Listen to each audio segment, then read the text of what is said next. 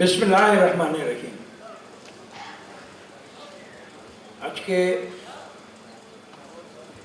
শহীদ president Zia রহমানের ৪৫তম শাহাদত বার্ষিকী উপলক্ষে আমরা এখানে এসেছি। মূলত আমি বিশ্বাস করি তার জীবনের আদর্শ নিয়ে আলোচনা করার জন্য, এবং ধন্যবাদ জানাচ্ছি মুক্তিযোদ্ধা দলকে যারা আজকের এই আলোচনা সভার আয়োজন করেছে। আপনাদের ব্যানারের শিরোনামে লেখা আছে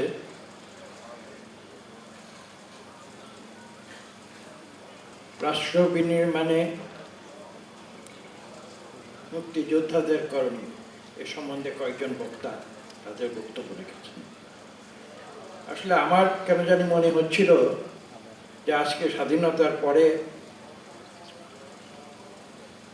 দীর্ঘ ৫৫ বছর পার হয়েছে,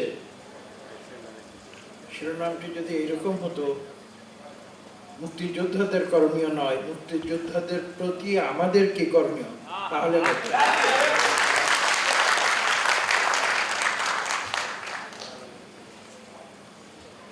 সত্যি কথা বলতে কি, মুক্তিযোদ্ধারা কিন্তু যারা জীবন দিয়েছেন, যারা আজ পর্যন্ত বেঁচে আছেন, এখানে আছেন, যারা বিগত ৫৫ বছরে জীবন যাদের বিসর্জন হয়েছে, তাদের জীবনের যে গৌরব গাথা, সে কথা বলে কিন্তু আমরা শেষ করতে পারি। এবং সেই মুক্তিযুদ্ধে যিনি নেতৃত্ব দিয়েছেন, একটি দিশেহারা জাতিকে, অনেকে বলেছেন যে দিশেহারা জাতিকে সেই মুহূর্তে যিনি দিক নির্দেশনা দিয়েছিলেন, পথ প্রদর্শন করেছিলেন, সেই জিয়া রহমানের কথা যদি আজকে আমরা স্মরণ করতে যাই, যদি আলোচনা করতে যাই, তাহলে সারাদিন সারা রাত কথা বলে আমরা শেষ করতে পারি।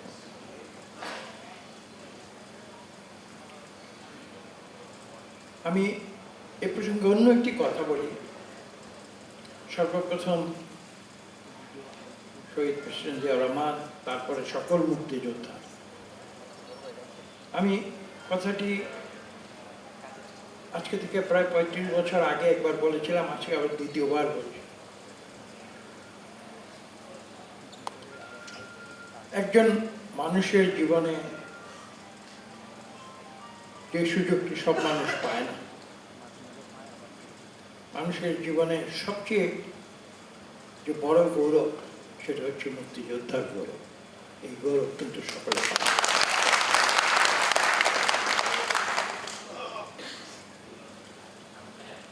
এবং যারা এই গৌরব পেয়েছেন,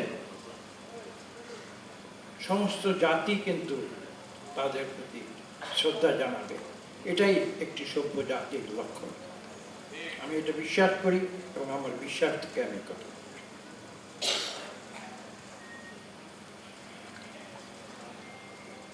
আপনারা দেখেছেন, আপনারা শুনেছেন শহীদ প্রেসিডেন্ট জিয়া রহমানের যে জীবনগাথা। একজন বক্তা, আমরা দীর্ঘ অনেক বক্তব্য শুনেছি, একজন বক্তা একটা রেফারেন্স দিয়েছেন, আমি সেটা পুনরায় উল্লেখ করতে চাই। অনেক কথা বলা হয়েছে, কিন্তু এই কথাটা সচরাচর বলা হয় না। তার ১৯৬৫ সালে যে যুদ্ধ, সেই যুদ্ধে তার যে গৌরবময় যে বিজয়, যে ভূমিকা তিনি রেখেছিলেন, সেই উল্লেখ একটা। সম্ভবত তাকে সেই যুদ্ধে বিজয়ের জন্য হেলালে জুরত উপাধি।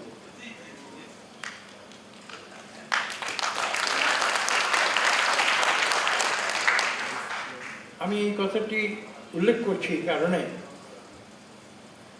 ইতিহাসে একটু পেছনে ফিরে যেতে হবে। ৭১ সাল, ৬৫, ৬ বছর আগে।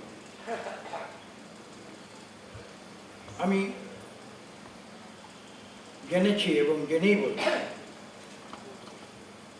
তিনি করাচিতে যখন পোস্টেড ছিলেন, যারা সামরিক বাহিনীতে আছেন, জেনারেল আবেদিন সাহেব আছেন, তিনি জানেন করাচিতে যখন উপস্থিত ছিল, এবং এই কারণেই আমি 1965 সালে সেই যুদ্ধের কথা উল্লেখ করেছি, যে যুদ্ধে তিনি প্রথম বীরত্বের পরিচয় দিয়েছিলেন, যেসব প্রেমের পরিচয়। কিন্তু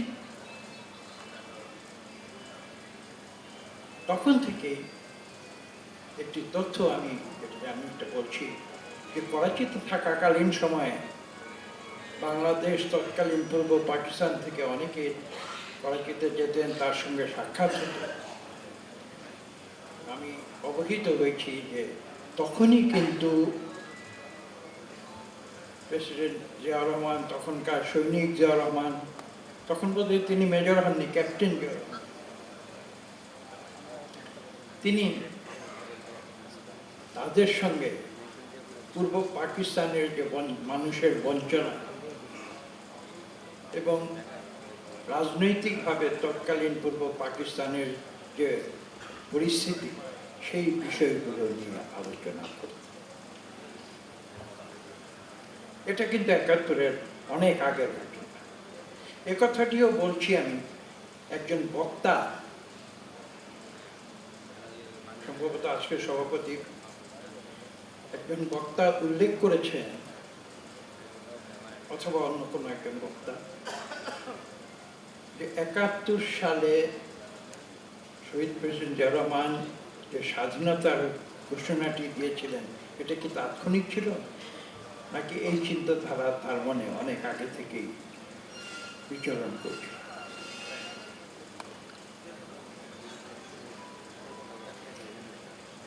তো এই প্রসঙ্গে কর্নেল জয়নাল আবেদিন সাহেবের সঙ্গে আমি আলাপ করছিলাম মঞ্চে বসে, যেটা কেন আজকে স্বাধীনতার মুক্তিযুদ্ধের 55 বছর পরে কেন আজকে তিনি উল্লেখ করেছেন, যে আমি আলোচনা প্রসঙ্গে বলছি, কেন আজ পর্যন্ত শহীদ প্রেসিডেন্ট জিয়াউর রহমান গবেষণা প্রতিষ্ঠান কেন বাংলাদেশে আজ পর্যন্ত গড়ে ওঠে নাই, সেই প্রশ্নকে আমরা করতে পারি। এবং আমি বিশ্বাস করি আজকে আমাদের অত্যন্ত প্রিয় একজন ব্যক্তিত্ব এখানে আছেন, যার পিতাকেও আমি অত্যন্ত ঘনিষ্ঠভাবে চিনতাম, ইশরাক হোসেন এখানে আছেন।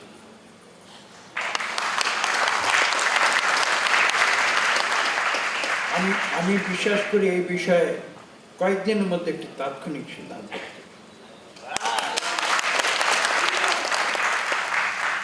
এবং এই বাংলাদেশ সরকারের অনেক আগের দায়িত্ব ছিল, যে দায়িত্ব সরকার পালন করেনি।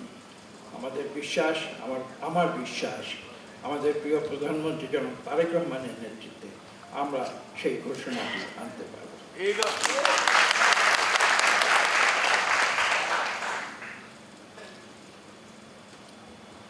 আসলে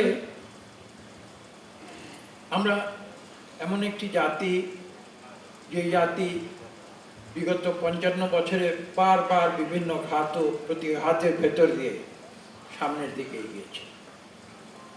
আমাদের যাত্রাপথ কিন্তু মসৃণ ছিল। যে স্বাধীনতার জন্য আমাদের দেশে লক্ষ লক্ষ মানুষ জীবন দিয়েছিল, এবং যে বাংলাদেশ আমরা প্রত্যাশা করেছিলাম, সেই বাংলাদেশ কিন্তু 55 বছরেই যে আমরা বিনির্মাণ করতে পেরেছি তা কিন্তু নয়। একদিকে আমরা বলি যে 55 বছর তেমন একটি জাতির জীবনে তেমন কোনো দীর্ঘ সময় নয়। আপনারা দেখছেন, এখন লক্ষ্য করছেন আমেরিকার যুক্তরাষ্ট্র, তারা তাদের স্বাধীনতার 250 বছর পালন করতে যাচ্ছে। ঠিক একইভাবে এটাও বলবো যে 55 বছর কিন্তু একেবারে কম সময়ও নয়। কাজেই বাংলাদেশ এখন একটি শিশু রাষ্ট্র, সেই অজুহাত দিয়ে আমরা আমাদের দায়িত্ব এড়িয়ে যাব সেটা আমি মনে করি না। আমাদের দায়িত্ব নিতে হবে, এবং নতুন প্রজন্মের উপরে সেই দায়িত্ব অনেকখানি এখন এসে পড়েছে।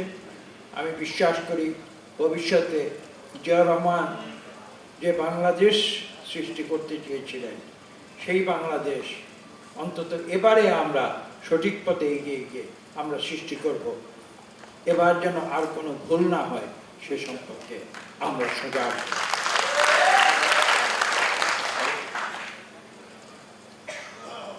বাংলাদেশ কিন্তু, আমি বক্তব্য দ্বিরুক্তি করতে চাই না, তারপরে খুব সংক্ষেপে বলছি। আপনারা দেখুন, বাংলাদেশ কিন্তু বারবার একটি ক্রান্তিকালের ভেতর দিয়ে অতিক্রম করেছে। বিভিন্ন বক্তারা বলেছেন ৭১-এ যে মুক্তিযুদ্ধ,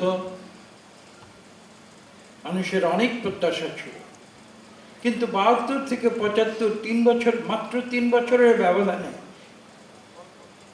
বাংলাদেশের মানুষ কি দেখলো? সেই প্রত্যাশা ধ্বংস হয়ে গেল, সেটি পূরণ হয়।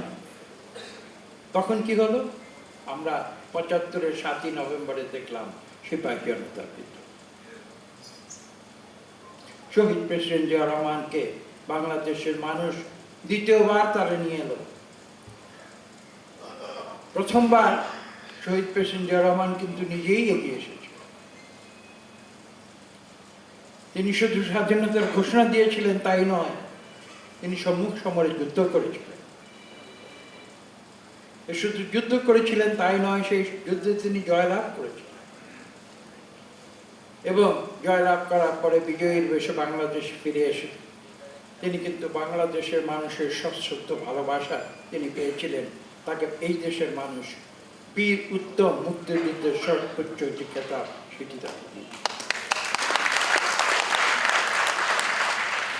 কিন্তু তিনি কিন্তু ক্ষমতার মোহে অন্ধ হননি। আপনারা জানেন, স্বাধীনতা যুদ্ধের পরে তিনি কিন্তু দেশ পরিচালনার কোনো বড় দায়িত্বে যাবেন এ ধরনের কোনো কথা বাংলাদেশের, তৎকালীন বাংলাদেশের কোনো মানুষ কেউ বুকে হাত দিয়ে বলতে পারে। তিনি নীরবে নিভৃতে, অথচ